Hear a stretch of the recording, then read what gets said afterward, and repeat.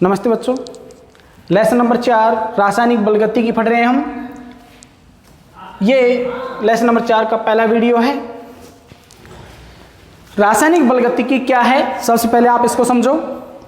रासायनिक बलगतिकी है किसी रासायनिक अभिक्रिया के वेग तथा वेग को प्रभावित करने वाले कारक का अध्ययन किया जाता है रासायनिक बलगतिकी में। रासायनिक बलगतिकी ये दो शब्द हैं। रासायनिक बलगतिकी, रासायनिक का मतलब है रासायनिक अभिक्रिया, बलगतिकी का मतलब है गतिकी या वेग, यानी कोई भी अभिक्रिया किस वेग से हो रही है ये कौन बताएगी हमें, ये बताएगी रासायनिक बलगतिकी बताएगी, केमिकल काइनेटिक बताएगी हमें कि कोई भी रासायनिक अभिक्रिया किस वेग से हो रही है, होती है। ये कौन बताएगा भाई हमें, ये बताएगा रासायनिक अभिक्रिया, ये रासायनिक बलगतिकी बताएगी हमें। तो देखो परिभाषा इसकी क्या है, यानी विज्ञान की वह शाखा जिसके अंतर्गत, विज्ञान की वह शाखा जिसके अंतर्गत किसी रासायनिक अभिक्रिया के वेग तथा वेग को प्रभावित करने वाले कारक का अध्ययन किया जाता है, रासायनिक बलगतिकी कहलाती है। देखो भाई,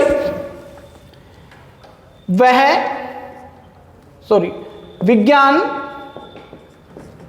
की वह शाखा जिसमें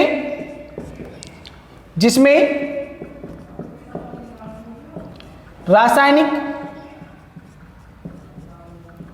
अभिक्रिया के वेग तथा वेग को प्रभावित करने वाले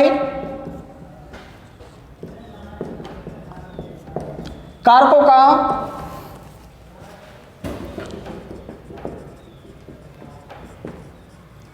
अध्ययन किया जाता है। रासायनिक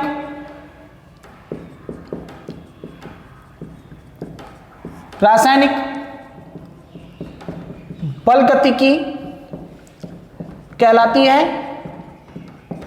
रासायनिक बलगतिकी कहलाती है। इधर देखो भाई, विज्ञान की वह शाखा जिसमें रासायनिक अभिक्रिया के वेग तथा वेग को प्रभावित करने वाले कारक का अध्ययन किया जाता है, रासायनिक बलगतिकी कहलाती है। तो भाई हमें ये जो लेसन है, इस लेसन में हमें क्या पढ़ना है, हमें पढ़ना है कोई अभिक्रिया किस वेग से होती है, अभिक्रिया का वेग और अभिक्रिया वेग स्थिरांक के बारे में हम इस लेसन में पढ़ेंगे। देखो किसी भी रासायनिक अभिक्रिया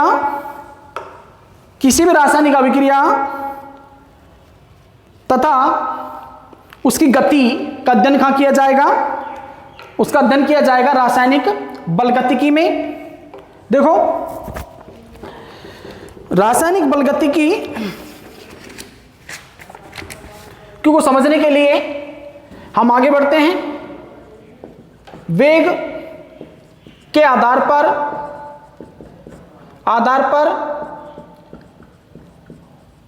अभिक्रिया के प्रकार, वेग के आधार पर अभिक्रिया के प्रकार, अभिक्रिया 3 प्रकार की होती है। वेग के आधार पर अभिक्रिया 3 प्रकार की होती है। पहला तीव्र अभिक्रिया, इनकी डेफिनेशन आपके नोट्स में दी हुई है, पढ़ लेना आप, मैं समझा देता हूं इनको। दूसरा है सामान्य अभिक्रिया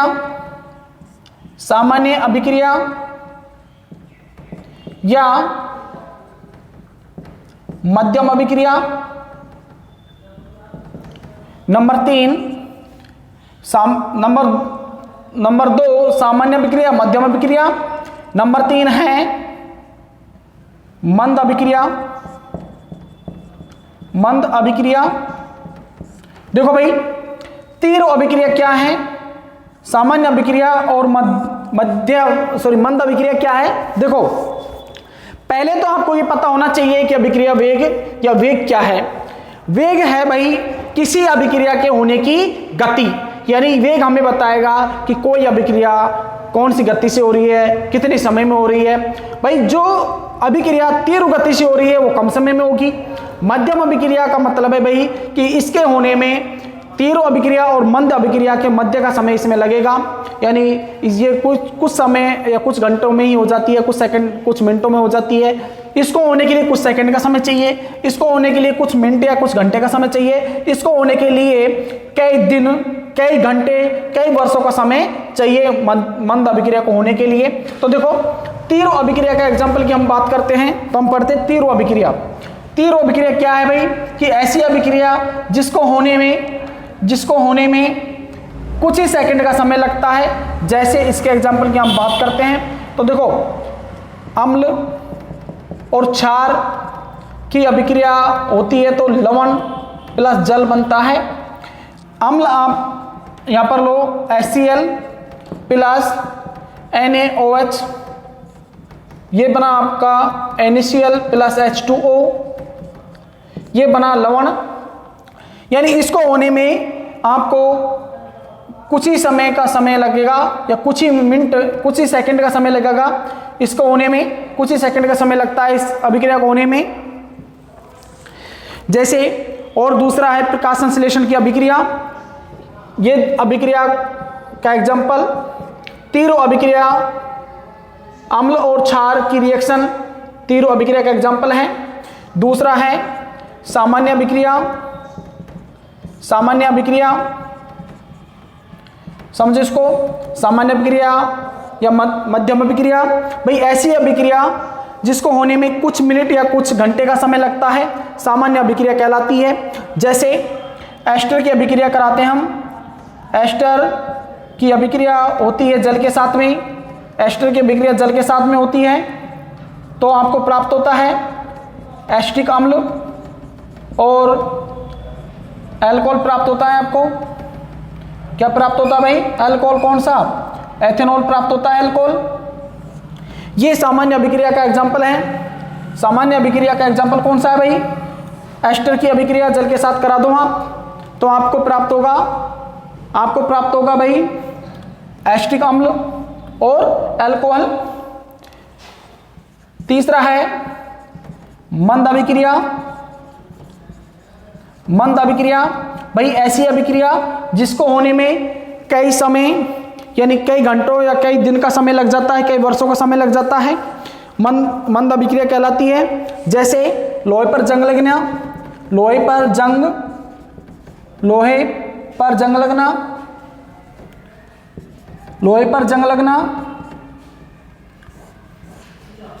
लगना, ये अभिक्रिया काफी लंबी होती है, धीमी गति से होती है। लोहे पर जंग लगना या लोहे पर जो जंग लगती है वो धीरे धीरे लगती है। ये नहीं कि एक ही दिन में जंग लग गई, उसमें जो जंग लगती है उसको लगने में कई दिन या कई वर्षों का समय लग जाता है। ये मंद अभिक्रिया का एग्जाम्पल है लोहे पर जंग लगना। लोहे पर जंग लगना मैं आपको तीसरे लेसन में पढ़ा चुका हूँ। लोहे पर जंग लगना मैं आपको तीसरे लेसन में पढ़ा चुका हूँ भाई। तो देखो वेग के आधार पर अभिक्रिया तीन प्रकार की, तीव्र अभिक्रिया, सामान्य अभिक्रिया और मंद अभिक्रिया। ठीक है भाई। तीव्र अभिक्रिया का एग्जाम्पल है अम्ल और क्षार की अभिक्रिया जिसको हम बोलते हैं उदासीनीकरण अभिक्रिया बोलते हैं हम इसको। उदासीनीकरण अभिक्रिया हम इसको इसलिए कहते हैं क्योंकि अम्ल और क्षार की जब अभिक्रिया होती है तो ये एक दूसरे के प्रभाव को नष्ट कर देते हैं और क्या बनाता है भाई? लवण बनता है, साधारण नमक। कौन सा लवण बना भाई? साधारण नमक बना, इसलिए इसको उदासीनीकरण अभिक्रिया कहते हैं। सामान्य अभिक्रिया में आप एग्जांपल ले सकते हो, एस्टर की अभिक्रिया जल के साथ करा दो आपको एसिटिक अम्ल और एथेनॉल प्राप्त होगा। मंद अभिक्रिया का एग्जांपल है आपके लोहे पर जंग लगना। इधर देखो वेग के आधार पर अभिक्रिया के प्रकार हो गए। अब समझो आप वेग क्या है भाई। वेग को समझने के लिए हम एक एग्जांपल लेते हैं। एग्जांपल है आपके पास में कोई रिएक्टेंट है R, ये बदला प्रोडक्ट में, इसकी प्रारंभ में सांद्रता यानी T0 समय पर इसकी सांद्रता है 10, इसकी सांद्रता है 0। जब भी कोई अभिक्रिया होती है या कंटेनर में कोई अभिक्रिया होती है तो प्रारंभ में जो सांद्रता होगी रिएक्टेंट की यानी अभिकारक की सांद्रता ज्यादा होगी, प्रोडक्ट की सांद्रता कम होगी भाई। ठीक है, जैसे जैसे समय बढ़ेगा रिएक्टेंट की सांद्रता घटती जाएगी, प्रोडक्ट की सांद्रता बढ़ती जाएगी। देखो भाई T1 समय पर इसकी सांद्रता है 8, इसकी सांद्रता हो गई 2, T2 समय पर इसकी सांद्रता 6, इसकी सांद्रता 4, T3 समय पर इसकी सांद्रता 4, इसकी सांद्रता 6, T4 समय पर इसकी सांद्रता 8, इसकी सांद्रता 2, T5 समय पर इसकी सांद्रता हो गई 0, रिएक्टेंट की सांद्रता 0 हो गई और प्रोडक्ट की सांद्रता बढ़ गई यानी 10 हो गई। तो देखो भाई जैसे मैंने बताया आपको कि जो वेग है, वेग बताएगा आपको अभिक्रिया होने की गति बताएगा या अभिक्रिया किस समय में हो रही है। ठीक है भाई, वेग है रिएक्टेंट की सांद्रता में परिवर्तन या प्रोडक्ट की सांद्रता में परिवर्तन, और इन दोनों की सांद्रता परिवर्तन में लगा समय क्या है भाई, वेग है। इसको हम आगे डिफाइन करेंगे। देखो कैसे हम लिखते हैं, यहां पर हम औसत वेग की बात कर रहे हैं। यहां पर औसत वेग या अभिक्रिया वेग। तो देखो अभिक्रिया वेग, आप पहले अभिक्रिया वेग ले लो, औसत वेग बाद में पढ़ते हैं, पहले अभिक्रिया वेग ले लो। अभिक्रिया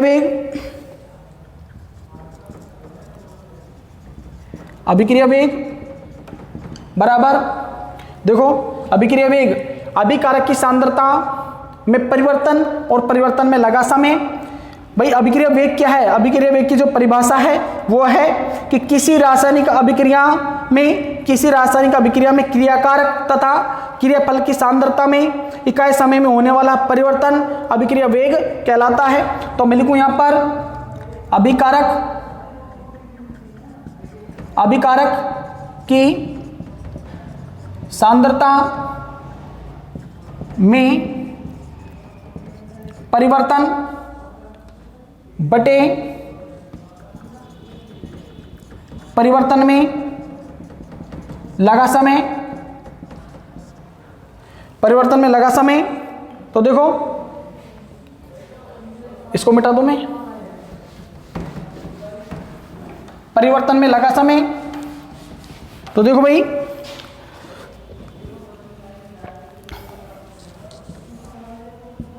देखो अभिक्रिया वेग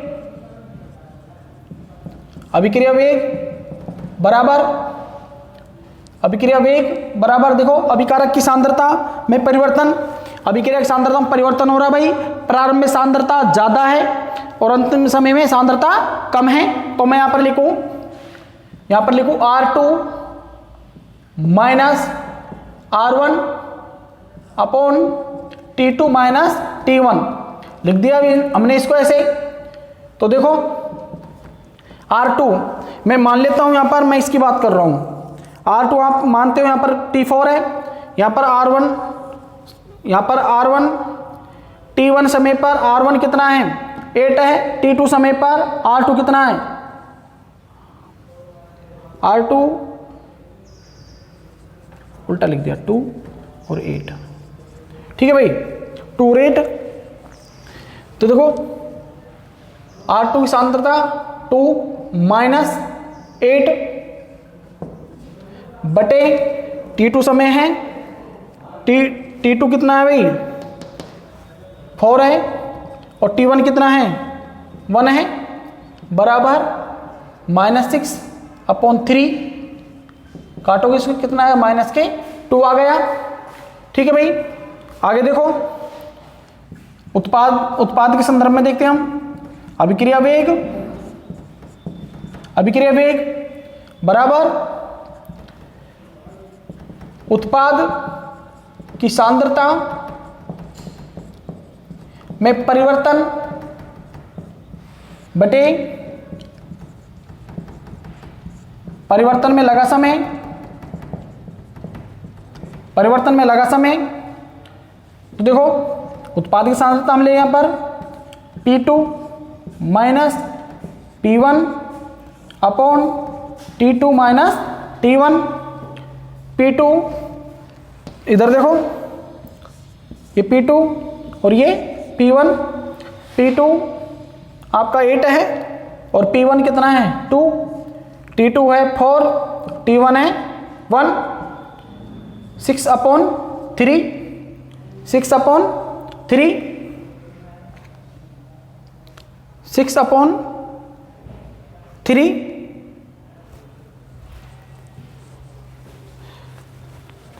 6/3 कितना आ जाएगा प्लस के 2 आ गया। कितना आया भाई प्लस के 2। ये देखो इनका मान समान आया है लेकिन चिन्ह यानी साइन जो चिन्ह आया है वो दोनों अलग अलग आया है। चिन्हों को समान करने के लिए अपनी तरफ से यहाँ पर अभिक्रिया की सांद्रता में परिवर्तन यानी माइनस अभिक्रिया की सांद्रता में परिवर्तन बटे परिवर्तन में लगा समय, यहाँ पर आप माइनस चिन्ह लगा दो, यहाँ पर माइनस का चिन्ह लगा दो। ठीक है भाई, minus minus minus minus plus. ठीक है भाई, दोनों चिन्ह समान हो गए। देखो माइनस ये प्लस हो गए, माइनस माइनस प्लस हो जाएगा। ये चिन्ह को समान करने के लिए हमने अपनी तरफ से अब क्या लगा दिया, यहाँ पर माइनस का चिन्ह लगा दिया। लेकिन समझने की बात यह है कि यहाँ पर इसका मान तो -2 आया और इसका मान प्लस का 2 आया। क्यों आया है ये, इसको समझ लो कि अभिक्रिया का वेग में माइनस आया है। किसके लिए आया है, अभिकारक की सांद्रता, अभिकारक की सांद्रता यानी अभिकारक के संदर्भ में, और इसका प्लस का चिन्ह आया है, ये उत्पाद के संदर्भ में आया है। भाई देखो माइनस का चिन्ह है, इसका मतलब यह है कि माइनस का चिन्ह है जो अभिकारक की सांद्रता में कमी को बताता है, प्लस का चिन्ह है जो अभिकारक की सांद्रता में वृद्धि को बताता है। आगे बात समझ में आपको। ठीक है भाई, आगे इतना नोट करो आप।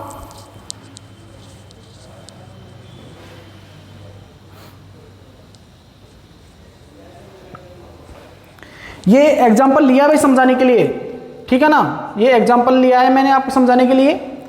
तो देखो अभिक्रिया वेग क्या है, अभिक्रिया वेग है किसी रासायनिक अभिक्रिया में अभिकारक तथा क्रियाफल की सांद्रता में इकाई समय में होने वाला परिवर्तन अभिक्रिया वेग कहलाता है। अभिक्रिया वेग कहलाता है भाई। देखो हम बात करते हैं आगे, अब पढ़ते हैं हम औसत वेग। औसत वेग की बात करते हैं हम। औसत वेग,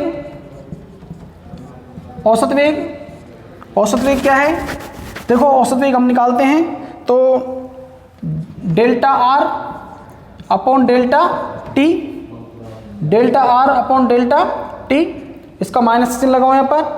इसी तरह minus delta P upon delta T, ये माइनस और ये प्लस में है। ठीक है भाई, ठीक है। देखो डेल्टा आर को हम लिख सकते हैं R2 माइनस R1, और डेल्टा P को हम लिख सकते हैं, डेल्टा T को हम लिख सकते हैं T2 minus T1, T2 minus P1 upon T2 minus T1।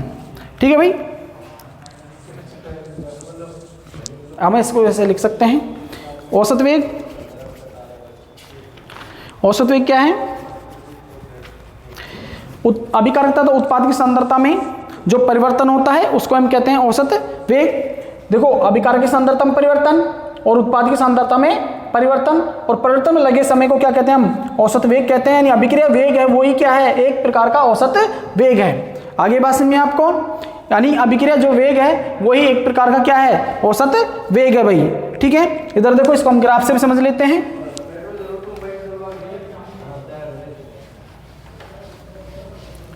देखो ये समय, ये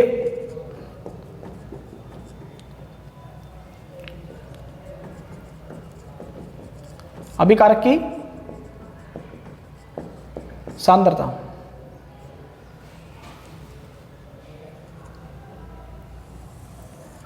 ठीक है भाई। यानी अभिकारक की सांद्रता प्रारंभ में ज्यादा है और समय के साथ सांद्रता घट रही है। तो देखो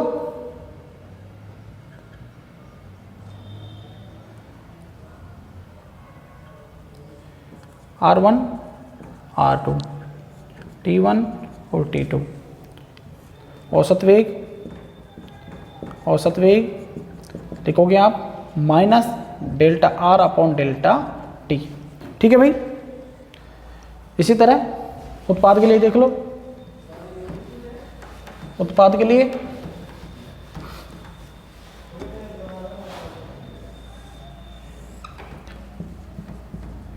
समय उत्पाद की सांद्रता। देखो उत्पाद की सांद्रता, प्रारंभ में उत्पाद की सांद्रता कम होती है और समय के साथ बढ़ती है। तो देखो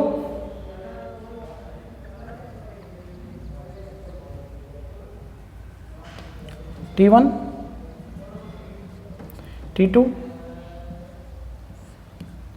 औसत वेग लिखो यहां पर, औसत वेग plus delta P upon delta T, यानी समय के साथ सांद्रता बढ़ रही है प्लस आएगा, समय के साथ सांद्रता घट रही है क्या आएगा, माइनस आएगा। ठीक है भाई। ठीक है, इधर देखो हम इसको दोनों ग्राफ है, इनको हम एक ग्राफ में बना सकते हैं हम इनको। ठीक है,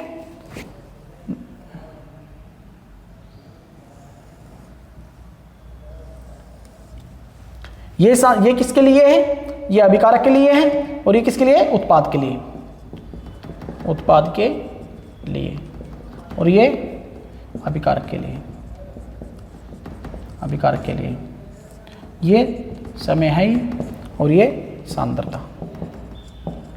आगे बात समझ में, यानी समय के साथ उत्पाद की सांद्रता बढ़ रही है, समय के साथ अभिकारक की सांद्रता घट रही है। क्लियर है भाई, समझ आ गया। ठीक है, ये जीरो और ये जीरो। क्लियर। यानी वेग क्या है, वेग किसी अभिक्रिया के होने की गति है। यह हमें बताता है कि कोई अभिक्रिया किस वेग से होगी, या तीव्र वेग से होगी, या मध्यम वेग से होगी, या मंद वेग से होगी। ठीक है भाई। कि अब बात करते हैं हम अभिक्रिया वेग की। अभिक्रिया वेग है, अभिक्रिया वेग क्या है कि अभिकारक की सांद्रता में परिवर्तन और उत्पाद की सांद्रता में परिवर्तन और परिवर्तन में लगा समय अभिक्रिया वेग कहलाता है। यानी किसी रासायनिक अभिक्रिया में क्रियाकारक तथा क्रियाफल की सांद्रता में इकाई समय में होने वाला परिवर्तन अभिक्रिया वेग कहलाता है। अभिक्रिया वेग को हम दो तरह से देख सकते हैं, अभिकारक की सांद्रता में परिवर्तन, परिवर्तन में लगा समय, और उत्पाद की सांद्रता में परिवर्तन और सांद्रता में लगा समय। यानी अब औसत वेग की बात करें तो अभिकारक तथा उत्पाद की सांद्रता में परिवर्तन में जो समय लगता है वो क्या है, अभिक्रिया वेग है। अभिक्रिया वेग है, परिवर्तन को ही अभिक्रिया वेग कहते हैं। भाई अभिकारक की सांद्रता और उत्पाद की सांद्रता में परिवर्तन को क्या कहते हैं, औसत वेग कहते हैं। यानी अभिक्रिया वेग वो एक प्रकार का औसत वेग है। आगे बढ़ेंगे हम ताक्षणिक वेग। ठीक है भाई, इसमें इतना ही। धन्यवाद।